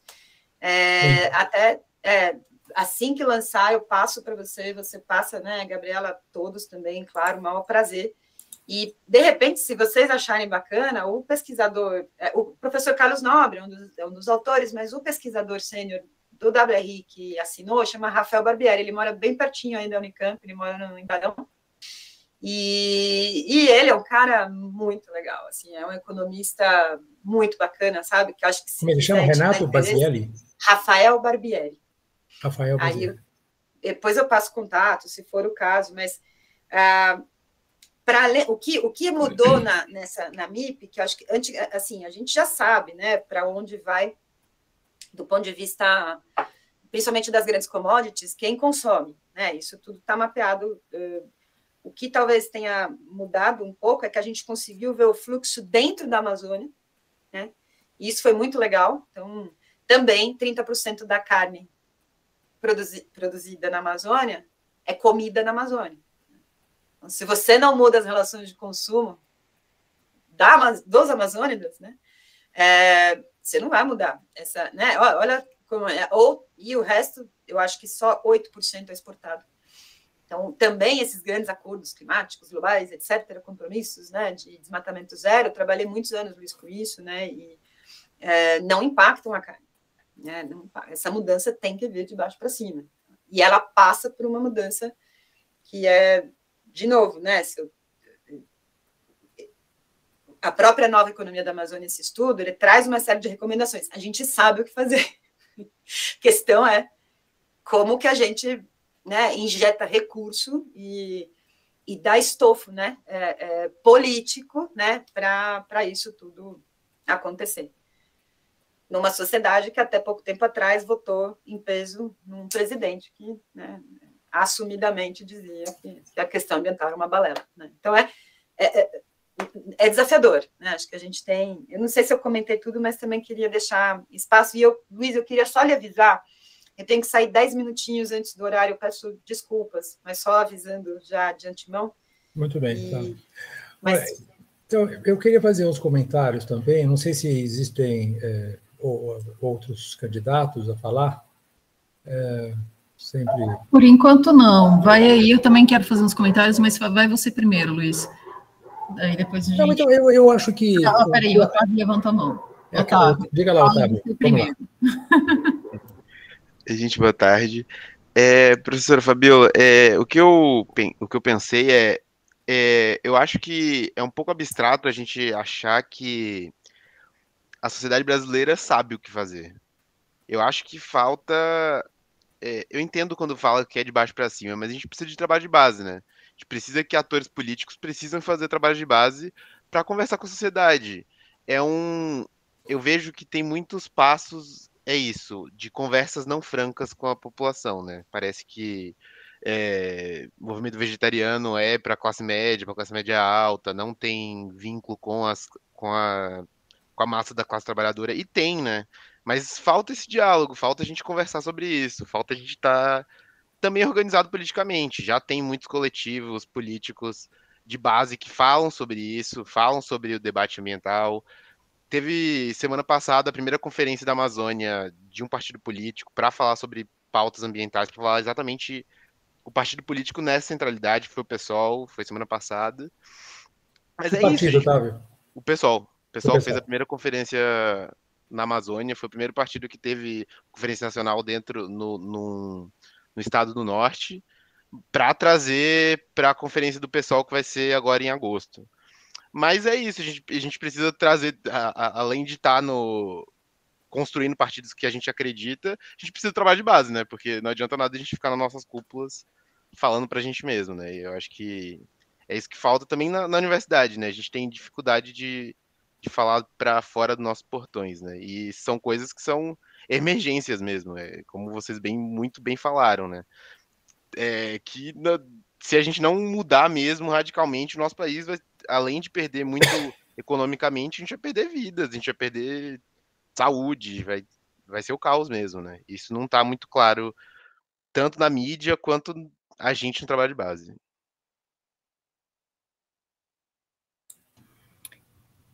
Luiz, você quer comentar e daí a gente passa a palavra para a Fabiola? Bom, eu acho que o que o Otávio disse é da maior importância, né? Sem dúvida nenhuma, e é a grande, vamos dizer, é um pouco o elefante na sala, né? No sentido que a gente sabe que só se houver escala, uma escala, mas aumento em várias ordens de grandeza, né? Dessa população engajada nesse debate, que vai haver mudança, né? Quando se fala em pressão social, não adianta colocar 10 mil pessoas na Avenida Paulista, porque 10 mil pessoas na Avenida Paulista não... Então, aí eu acho que é uma questão que é muito importante, eu teria outras a falar, mas eu acho que o Otávio me estimula muito a um outro ponto, que é aquilo que o MST fez, né? Quer dizer, o que o MST fez na semana retrasada em São Paulo, que é a Feira da Reforma Agrária, é alguma coisa, se vocês pegarem, eu estou me repetindo aquilo que o Gilmar Mauro, do MST, afirmou dias atrás. O 1º de maio de 2022, aliás, de 2023, reuniu em São Paulo 10 mil pessoas, alguma coisa do gênero. É extremamente pouco. Se você pegar a Feira da Reforma Agrária em São Paulo, ela reuniu 350 mil pessoas, por baixo. Isso é uma estimativa baixa. O poder, portanto, de mobilização de uma iniciativa como essa tem um impacto do ponto de vista real. Não adianta ficar falando em partes por milhão das concentrações de gás de efeito estufa na atmosfera, que não quer dizer absolutamente nada para ninguém, a não ser para quem está estudando esse assunto. Certo? Então, quando você mostra efetivamente que existe uma alternativa, que existe um modelo agrícola no Brasil, que é um modelo agrícola positivo, e que ele efetivamente, a partir dessa demonstração concreta, você mostra que o desmatamento está nas antípodas desse modelo, portanto, existe um modelo positivo e um modelo negativo da agricultura, eu acho que aí sim há um impacto muito maior do que fazermos 300 grupinhos de estudo sobre as questões ambientais. Não quero desmerecer os grupos de estudos sobre questões ambientais, são muito importantes, mas efetivamente eles são trabalhinho de formiga, enquanto que quando você tem um movimento social como o MST, e com o movimento também dos trabalhadores sem teto, você tem, então, aí um vigor, né, uma musculatura, um volume de impacto que é incomparavelmente maior. Né? Então, eu acho que, para concluir esse aspecto, é o seguinte, o que nós estamos, a meu ver, precisando é entender que tem que haver outras formas de mobilização. Ninguém mais aguenta fazer um comício onde tem um monte de cara lá em cima de um ônibus, tá certo? De um caminhão, se acotovelando lá para saber quem vai falar, com aquele microfone, com aquele alto-falante horroroso, que ninguém consegue ouvir nada do que está sendo dito ali, e tem um monte de pessoas lá embaixo que estão tentando participar daquilo lá de uma maneira ou outra, sem que aquilo tenha mais... É uma forma de organização que, claro que ela é importante, não estou falando que a mobilização de rua não seja importante, é absolutamente importante, mas ela não pode ser apenas isso. Né? Então, eu tenho a impressão que quando se fala de conscientização, de sair da bolha, etc., etc., não adianta a gente pegar e achar simplesmente que a universidade multiplicado por 100 mil. Nós temos aqui uma sala de aula que tem 50 pessoas, ou 10, ou 100, né? Então vamos fazer isso, só que multiplicado por 100. Não é assim que vai funcionar. É algum tipo de engajamento numa atividade que tenha impacto imediato em relação às pessoas. E a questão mais importante no Brasil é a alimentação. E é por isso que o MST talvez seja o núcleo capaz de reorganizar esse novo desafio, que é o desafio de você mobilizar a sociedade em torno de um problema concreto. Tá certo? Seria ótimo se tivesse um MST do saneamento, por exemplo. Não tem. Ou se tiver, é muito pequeno. Né? Mas o MST existe, ele é uma organização que mostrou uma resiliência enorme, né? Ele tem 1000 problemas hoje, ele é menor hoje do que ele jamais foi, ele está num processo, claro, depois de 4 anos de Bolsonaro, só faltava ele estar melhor, né? Não, ele está pior, mas por que ele está pior? Porque todo o sistema de fornecimento de alimentos para as prefeituras, para as merendas escolares, foram cortados, e, portanto, cortou, em grande parte, uma das fontes mais importantes de sustento, né, do MST. Mas agora o MST novamente tem uma chance de crescer, e eu tenho a impressão, aí talvez seja excessivamente otimista, que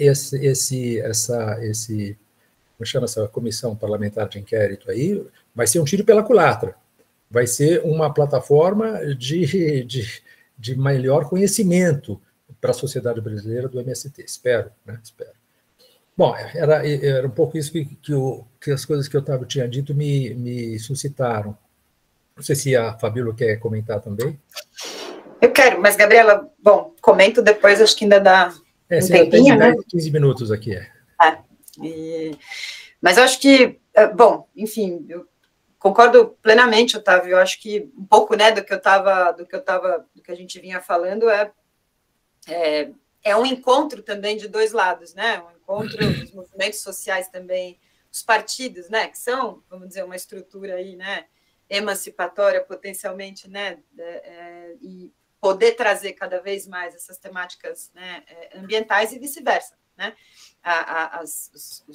os atores, né, que se reconhecem aí na agenda ambiental, poder trazer, né, as lutas, né, enfim, sejam emancipatórias, sejam de classe, efetivamente, para dentro das suas discussões, porque senão a gente fica também, né, falando, enfim, não vai avançar, né, não vai mesmo avançar, né, e é interessante, hoje, né, o MST, não sei quando foi, Luiz, se você sabe, mas eu acho que deve ter uns 4 anos, não mais, lançou uma campanha de plantar 1 bilhão de árvores, alimentar saudável. Eu complemento que é 1 bilhão de pessoas, mas não tem essa parte, né? Mas eu acho o slogan, assim, perfeito, né?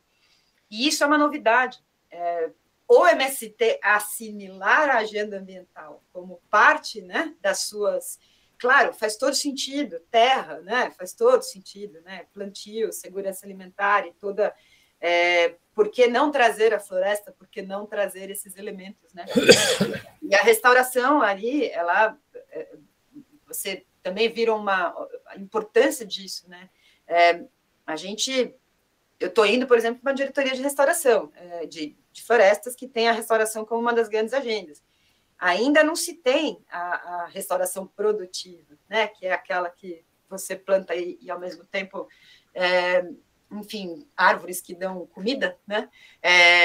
Você movimenta, né, essa agenda socioambiental, né? E isso ainda não está dado, né? Pelo contrário, tem muito pesquisador ainda que fala que não é esse o caminho, mas estou só trazendo. Temos alguns avanços, e o MST acho que é um grande exemplo dele. As conferências de meio ambiente, que eu acho que é legal você trazer isso também, Otávio, enfim, né, como funciona um partido político que de fato tem consulta, né, às bases as conferências, né, elas são mecanismos que vinham, e isso, o que é uma política de educação ambiental? De fato,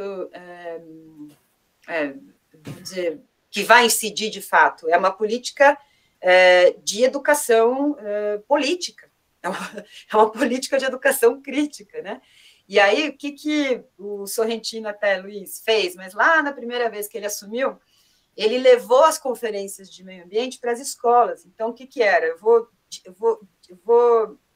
fomentar a criação de espaços coletivos dentro das escolas, através dos grêmios, por exemplo, mas para pensar as questões ambientais.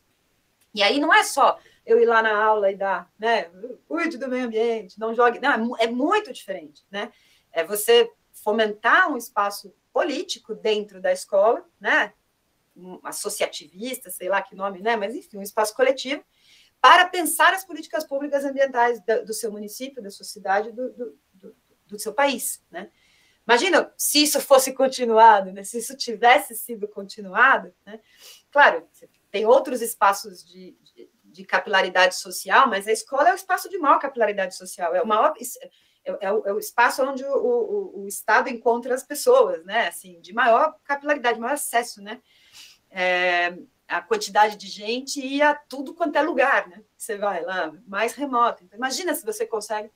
Claro, não é a única forma, mas eu acho que a gente tem... enfim, tem... Meu doutorado, inclusive, foi nisso, Educação Ambiental Emancipatória, né? Assim, se tem uma forma, né, da gente, de fato, mudar, passa por uma educação política, uma educação crítica, né? Uma educação que coloque as pessoas no contexto de pensar o seu próprio entorno, né, e tomar decisões a partir disso. A gente está muito, muito longe disso, né? Assim, a gente vai na 25 de março comprar enfeite para a festa na floresta e o que tem é elefante, leão e, né, então, Brasil, país da Amazônia, né? Que sequer tem, né? A gente teve tão pouco espaço de conversa sobre a Amazônia, a ponto de você ter o safari como a festa da floresta. Eu estou falando, parece um absurdo, mas não é, né? São signos que vão nos dando elementos para a gente... Mas eu acho que tem como reverter, mas passa necessariamente por esse movimento de base, você está corretíssimo, passa por esse constante estimular de refletir e de intervir, né, a partir de uma informação mais criteriosa no mundo que te cerca, né, no teu entorno. E aí usar as ONGs, as redes, as coalizões, os diálogos com o governo, os movimentos, os partidos, como espaços de dar vazão a isso e trazer isso para uma lógica mais coletiva. Né? Bom, teria outros comentários, mas acho que eu paro um pouquinho por aqui também, Gabriela. Nós estamos chegando mais ou menos no fim, porque você vai ter que sair daqui a 9 minutos. Eu gostaria só de fazer uma sugestão a todo mundo, que procurassem... a Fabíola está indo para o Ministério do Meio Ambiente agora, né? Ela vai trabalhar, portanto, um lugar que é o lugar um pouco o epicentro das pressões políticas, junto com o Ministério dos Povos Indígenas. São os dois lugares, evidentemente, que não tem cidadania, vamos dizer assim, na maioria do Congresso, do Legislativo, do Poder Legislativo brasileiro. Né? São dois lugares que deveriam ser, digamos assim, expurgados ou minimizados, neutralizados, em todo caso, para que o Congresso brasileiro impusesse a sua política, impusesse a sua concepção de política no Brasil. Mas o que eu acho que, de certa maneira, faz um pouco de falta quando nós encaramos, e eu me incluo nisso, nós encaramos essas questões, é uma certa falta de conhecimento factual, preciso, circunstancial. O que aconteceu no dia 24? Se eu sair perguntando para os meus amigos o que aconteceu no dia 24? Ah, foi uma catástrofe. Entendi, tá bem, estou de acordo, foi uma catástrofe. Mas em que consistiu a anatomia dessa catástrofe? Quantas pessoas estavam na comissão de reestruturação ministerial? Qual era o tamanho disso? Quem eram os deputados? Era uma comissão mista? Não era uma comissão mista? Se nós não tivermos esse tipo de curiosidade, que é chata, você tem que ir lá no site do Poder Legislativo, saber quem é que votou, quem deixou de votar. Então, isso eu acho que é alguma coisa que, se eu tivesse uma sugestão para fazer um trabalho, por exemplo, para esse semestre, é o seguinte: bom, me descreva para um marciano que não conhece o planeta Terra, e não conhece o Brasil, e não conhece Brasília, e não conhece o Congresso, o que foi que aconteceu? Por que nós dizemos que isso é uma catástrofe? O que essas resoluções impactaram o Ministério do Meio Ambiente? E o que essas resoluções impactaram concretamente o Ministério dos Povos Indígenas? E eu tenho a impressão que a gente não sabe isso, não tem esse tipo de curiosidade, que é uma curiosidade do jornalismo pequeno, aquele cara, sabe, que vai ter que explicar para vocês que havia quem que votou, né? Não, eram 26, 13 senadores e 13 deputados, mas houve uma votação de 15-3. Bom, se eram 26, houve só 18 votos, cadê os outros votos? Quem estava, quem deixava de estar, etc. Então, eu acho que esse tipo de rigor, quando se começa a trabalhar com a questão da política ambiental, seria muito importante, e eu teria um grande prazer em ler trabalhos de vocês, se vocês se propuserem, que tivessem esse tipo de... Porque, claro, nós podemos falar frequentemente das questões estruturais da sociedade, as tendências, o capitalismo e o colapso ambiental. Escrevi um livro com esse título. Então, está bem, está ótimo, mas eu preciso saber como que essa questão, de alguma maneira, interfere na governabilidade do governo Lula, porque esse governo, se não der certo, a gente está... Eu não vou falar um palavrão, mas vocês sabem qual que eu estou entendendo, o que eu entendo, o que passou pela minha cabeça. A gente está realmente fregado, tá certo? Então, é importante que a gente tenha um tipo de participação, de conhecimento, uma capacidade de discussão desse dia a dia, que não é nada a ver com o meu temperamento, mas que eu percebo que é totalmente necessário que a gente tenha agora, porque se a gente não for capaz de discutir concretamente essas questões, acho que a gente não vai ser muito eficiente como ator político, como participação da discussão, etc. Luiz, achei excelente essa sugestão. Acho que a gente pode propor para a próxima edição dessa disciplina que as pessoas façam trabalhos nesse sentido. Existe um grupo de pessoas, o Otávio está querendo falar, já te passo a palavra, Otávio. Existe um grupo que se chama Congresso em Foco. O Congresso em Foco, se você entra lá, é um monte de loucos que sabem que cada deputado votou em cada votação nos últimos 4 anos, quais são os processos judiciais que eles têm, qual é o número de congressistas que estão sob acusação de corrupção. Esse tipo de conhecimento, que é um conhecimento um pouco líquido, no sentido que você aprende isso, depois não precisa daqui a amanhã já não é bem mais assim, etc. Portanto, a gente gosta de ter conhecimentos que sejam mais sólidos na universidade, que sejam conhecimentos que a gente pode dizer, não, isso aqui eu, de fato, adquiri um conhecimento. E aquilo lá não, é o dia a dia, etc, etc. Mas isso é extremamente importante que a gente faça nessa conjuntura política atual, que é um tipo de participação extremamente no micro da política, porque a gente já sabe o macro, agora a gente tem que fazer a relação entre o macro e o micro. Diga, Otávio, por favor. E, professor, principalmente, além da estrutura de votação, é que interesses ele infere, né? O que é de interesse tirar da base do governo Marina Silva e Sônia Guajajara? O que significa isso? O que significa isso? Pressionar essas tensões? Porque é o principal partido político que tem contato com movimentos sociais, principalmente nas capitais, é o PSOL. Então é enfraquecer literalmente, é tentar enfraquecer de um jeito muito sujo, muito. E a gente tem que pensar sobre isso. O que significa, depois disso, a gente ter uma linha de crédito para carros assim chamados populares. Exatamente, que são movidos a combustíveis. A gente tem que pensar sobre isso e pensar criticamente, né? Não sair direto da base, mas pensar que interesses isso diretamente infere, o que a gente pode fazer, que pressões a gente pode fazer. E a gente consegue fazer pressões de diversas formas. Só para dar um dado, né, Otávio? Nesses 26 deputados, 13 senadores e 13 deputados, havia 4 da base governamental. Sim. 4. Em 26 tinha 4 da base governamental, e, bom, você pode dizer 5 se você colocar o Boulos, que não é bem da base governamental, mas, em todo caso, evidentemente, ele estava lá numa posição não antigovernamental. Né? Então, se você quiser estender, são 5 contra 21. Né? Contra 21, portanto, com 18 do núcleo duro da oposição ao governo. Então, como é que se constitui uma comissão como essa de reestruturação ministerial, quando você tem 2 senadores e 2 deputados que estão na base governamental? Evidentemente que, dada essa correlação de força, e é uma correlação de força que, de alguma maneira, reflete a correlação de forças que está no Congresso como um todo,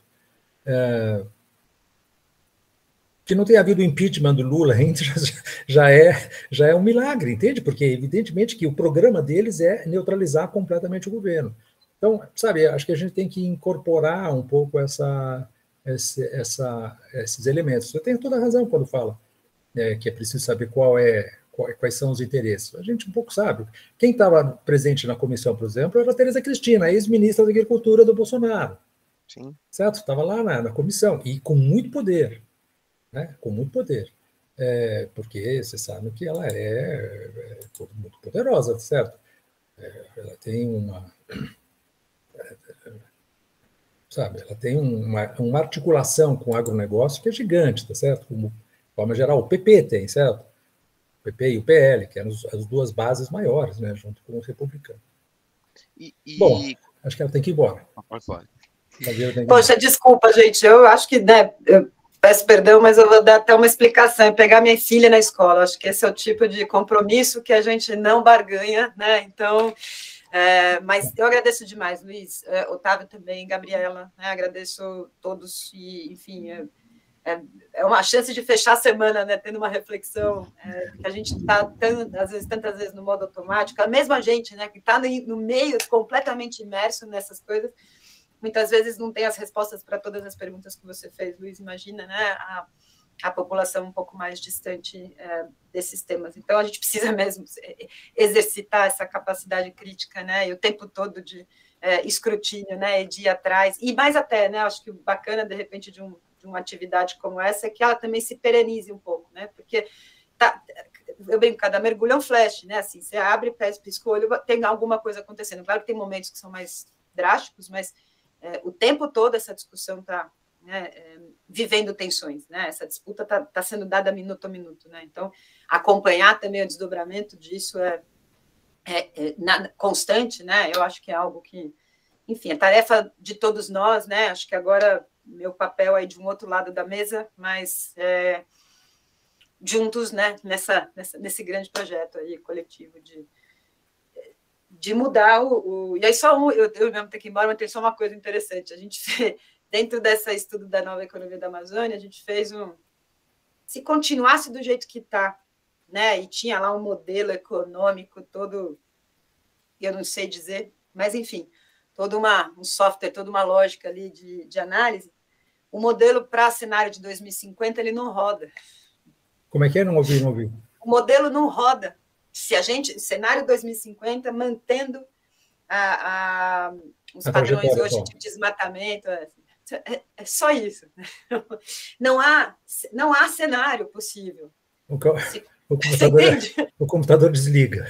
O computador desliga. É muito... Eu não quero deixar essa mensagem pessimista, mas o tempo urge. Realmente, a gente tem uma janela aí de necessidade, janela de oportunidade, não uma janela de necessidade de fazer alguma coisa, né? Então, que bom, Luiz, que tem essa chance, né, Gabriela, todos vocês, de fazer essas conversas e que a gente traduza isso em ações.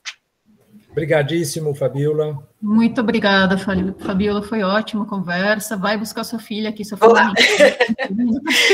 Abraço, queridos. Obrigada, boa. Muito obrigada.